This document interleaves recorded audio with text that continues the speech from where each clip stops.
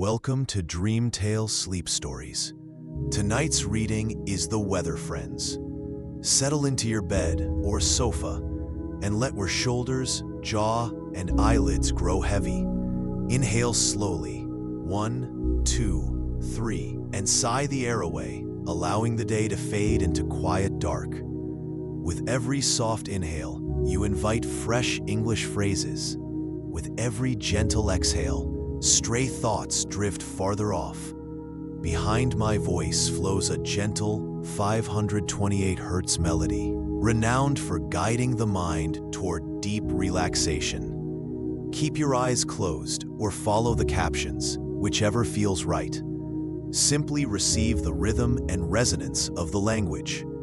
Deep in rest, tonight's phrases will take root like seeds, ready to bloom into stronger English skills with the morning light. When you feel settled, hold that unhurried breath and allow yourself to drift into the tale. The Weather Friends begins now, and when the story's final line has faded, the music will linger a little longer, carrying you gently deeper into sleep. The Weather Friends. High above the earth, in the endless blue sky, lived a group of special friends who controlled the weather. There was Sunny, a bright and cheerful sun who loved to make people happy with warm, golden light. Clara was a young, fluffy white cloud who was still learning how to make rain. Winston was a playful wind who enjoyed dancing through the trees and across the fields.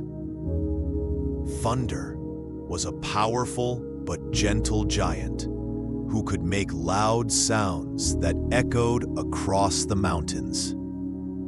And finally, there was Rain, a kind and caring friend who helped plants and flowers grow.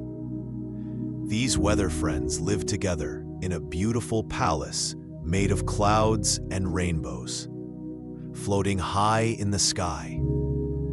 Every morning, they would meet to decide what kind of weather to send to the world below. Usually, they took turns. Sunny would shine for several days. Then Clara would bring some gentle clouds. Winston would create a nice breeze, and Rain would water the gardens and farms. But one summer, something went terribly wrong. For 3 whole months, Sunny had been shining every single day without any break. The problem was that Thunder had gotten sick and couldn't make his usual rumbling sounds that called the rain clouds. Without Thunder's voice, Rain couldn't find her way to where she was needed most. Down on Earth, in a small village called Greenfield, people were starting to worry. The farmers looked at their dry, brown fields with sad faces. The once green grass had turned yellow and crunchy under their feet. The flowers in the village gardens hung their heads sadly, begging for water. The small river that ran through the center of town had become so shallow that the fish were struggling to survive. "We haven't had rain for almost 4 months," said Mr. Peterson, an old farmer who had lived in Greenfield his whole life.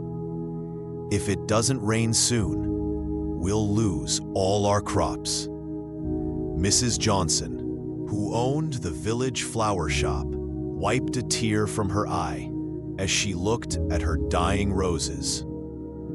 "My beautiful flowers are all turning brown. I don't know what to do." Even the children in the village were sad because they couldn't play in their favorite places anymore. The village pond where they used to swim had dried up completely, and the playground equipment was too hot to touch because of the constant sunshine. High up in the Sky Palace, Clara the young cloud was watching everything with growing concern. She could see the suffering in the village below, and it made her heart ache. She floated over to where Sunny was sitting on his golden throne, sending down rays of light as he did every day. "Sunny," Clara said softly, "the people and plants down in Greenfield really need some rain. Can't you take a little break so I can bring them some water?" Sunny sighed deeply, and his light dimmed just a little. "Clara, you know I want to help, but we have a big problem. Thunder has been sick for weeks now, and without his voice, rain can't find her way to the right places. I'm afraid that if I stop shining, the village will be left with nothing at all." Clara looked over at Thunder, who was lying on a bed made of soft, gray clouds. The big, gentle giant was indeed very sick. His usually booming voice had become just a tiny whisper, and he looked tired and weak. "There must be something we can do," Clara said with determination. "I can't just watch those people and plants suffer anymore." Winston the Wind, who had been listening to their conversation while spinning in lazy circles, suddenly stopped moving.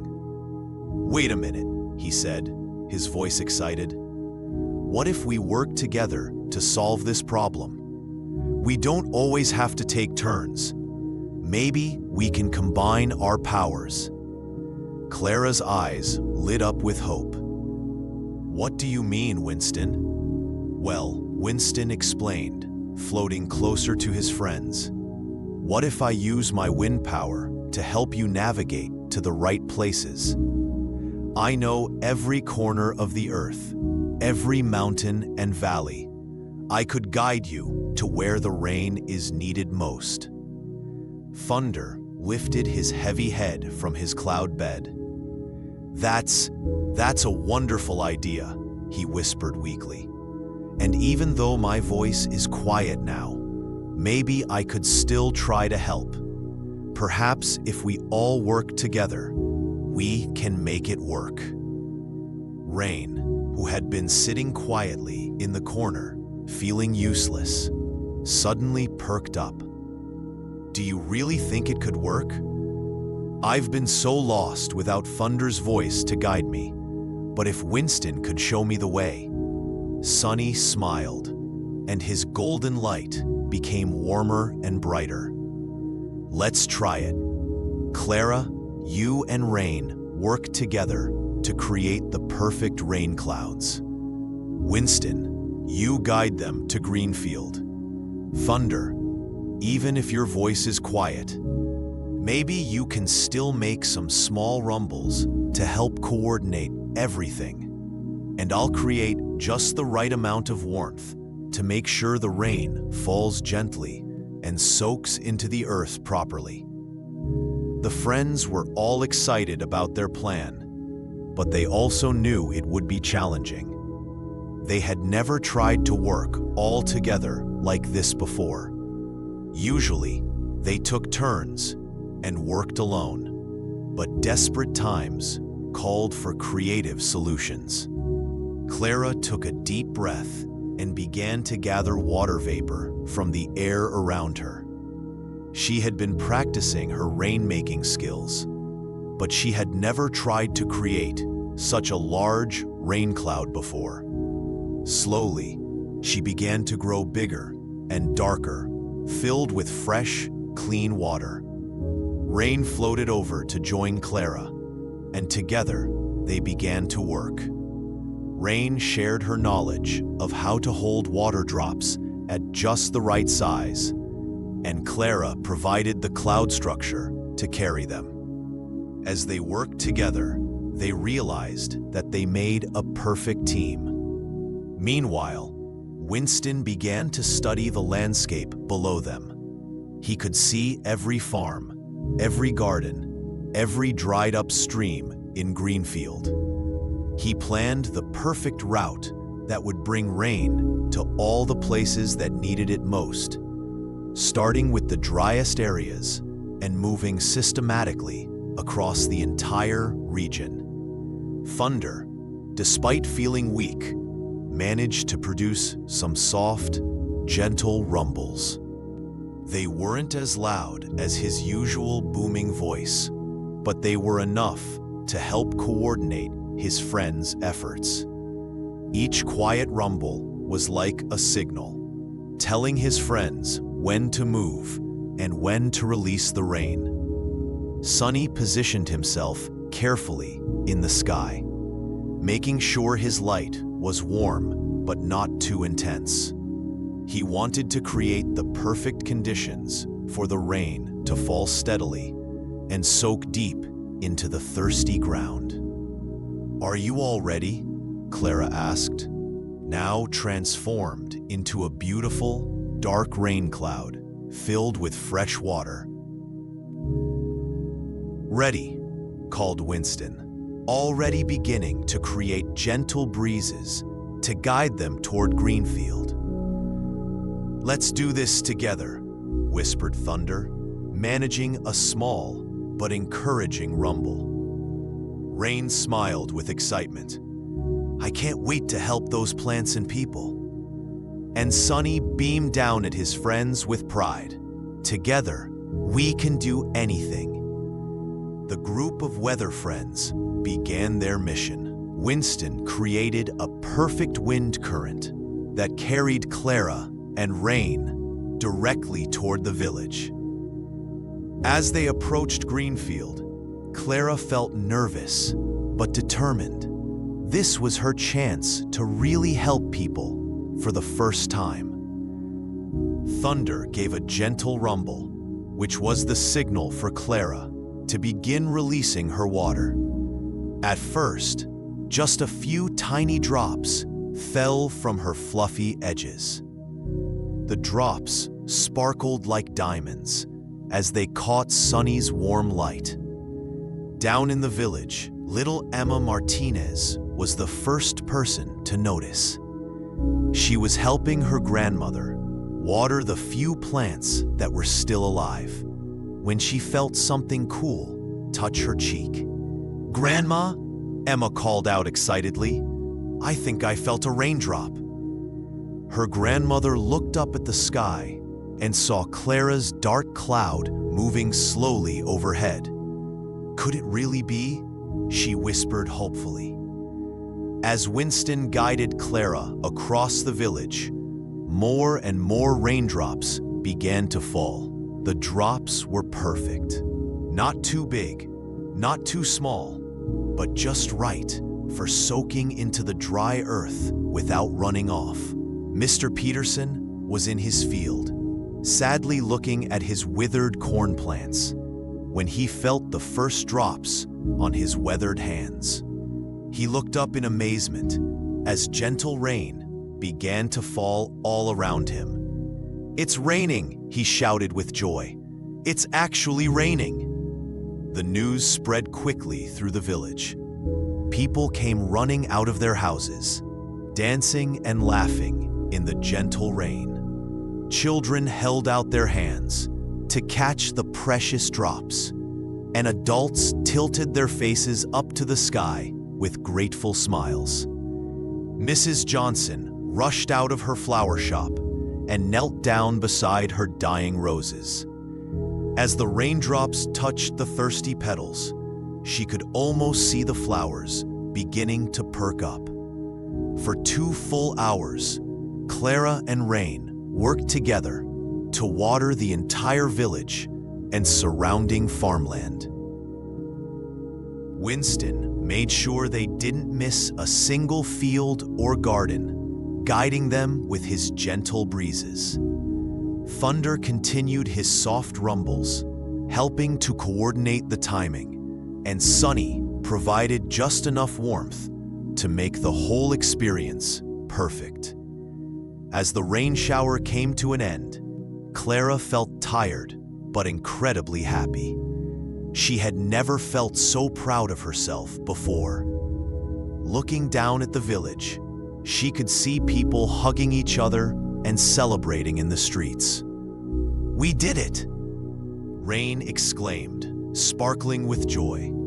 "Look how happy everyone is." Winston spun in a happy circle around his friends. "That was amazing. We make such a great team." Thunder managed a slightly louder rumble of satisfaction. "Even though I'm not feeling well, I'm so glad I could help." And Sunny beamed down at all his friends with the warmest, most golden light he had ever produced. "I'm so proud of all of you. We prove that when we work together, we can solve any problem." From that day forward, the Weather Friends discovered that working together was much more fun and effective than working alone.